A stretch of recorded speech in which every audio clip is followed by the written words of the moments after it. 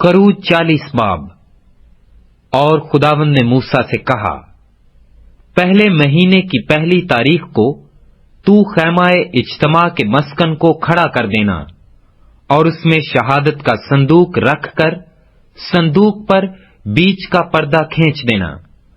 اور میز کو اندر لے جا کر اس پر کی سب چیزیں ترتیب سے سجا دینا، اور شمعدان کو اندر کر کے اس کے چراغ روشن کر دینا، اور بخور جلانے کی زرین قربان گاہ کو شہادت کے صندوق کے سامنے رکھنا، اور مسکن کے دروازہ کا پردہ لگا دینا، اور سوختنی قربانی کا مذبح خیمہ اجتماع کے مسکن کے دروازہ کے سامنے رکھنا، اور حوض کو خیمہ اجتماع اور مذبح کے بیچ میں رکھ کر اس میں پانی بھر دینا، اور صحن کو چاروں طرف سے گھیر کر صحن کے دروازہ میں پردہ لٹکا دینا، اور مسح کرنے کا تیل لے کر مسکن کو اور اس کے اندر کی سب چیزوں کو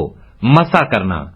اور یوں اسے اور اس کے سب ظروف کو مقدس کرنا، تب وہ مقدس ٹھہرے گا۔ اور تو سوختنی قربانی کے مذبح اور اس کے سب ظروف کو مسح کر کے مذبح کو مقدس کرنا، اور مذبح نہایت ہی مقدس ٹھہرے گا۔ اور تو حوض اور اس کی کرسی کو بھی مسح کر کے مقدس کرنا، اور ہارون اور اس کے بیٹوں کو خیمہ اجتماع کے دروازہ پر لا کر ان کو پانی سے غسل دلانا، اور ہارون کو مقدس لباس پہنانا اور اسے مسح اور مقدس کرنا، تاکہ وہ میرے لیے کاہن کی خدمت کو انجام دے، اور اس کے بیٹوں کو لا کر ان کو کرتے پہنانا، اور جیسے ان کے باپ کو مسح کرے ویسے ہی ان کو بھی مسح کرنا، تاکہ وہ میرے لیے کاہن کی خدمت کو انجام دیں، اور ان کا مسح ہونا ان کے لیے نسل در نسل ابدی کہانت کا نشان ہوگا۔ اور موسیٰ نے سب کچھ جیسا خداوند نے اس کو حکم کیا تھا اسی کے مطابق کیا۔ اور دوسرے سال کے پہلے مہینے کی پہلی تاریخ کو مسکن کھڑا کیا گیا، اور موسیٰ نے مسکن کو کھڑا کیا، اور خانوں کو دھر ان میں تختے لگا ان کے بینڈے کھینچ دیے، اور اس کے ستونوں کو کھڑا کر دیا، اور مسکن کے اوپر خیمہ کو تان دیا، اور خیمہ پر اس کا غلاف چڑھا دیا جیسا خداوند نے موسیٰ کو حکم کیا تھا، اور شہادت نامہ کو لے کر صندوق میں رکھا، اور چوبوں کو صندوق میں لگا کر سرپوش کو صندوق کے اوپر دھرا۔ پھر اس صندوق کو مسکن کے اندر لایا، اور بیچ کا پردہ لگا کر شہادت کے صندوق کو پردہ کے اندر کیا جیسا خداوند نے موسیٰ کو حکم کیا تھا، اور میز کو اس پردہ کے باہر مسکن کی شمالی سمت میں خیمہ اجتماع کے اندر رکھا، اور اس پر خداوند کے روبرو روٹی سجا کر رکھی جیسا خداوند نے موسیٰ کو حکم کیا تھا، اور خیمہ اجتماع کے اندر ہی میز کے سامنے مسکن کی جنوبی سمت میں شمعدان کو رکھا، اور چراغ خداوند کے روبرو روشن کر دیے جیسا خداوند نے موسیٰ کو حکم کیا تھا، اور زرین قربان گاہ کو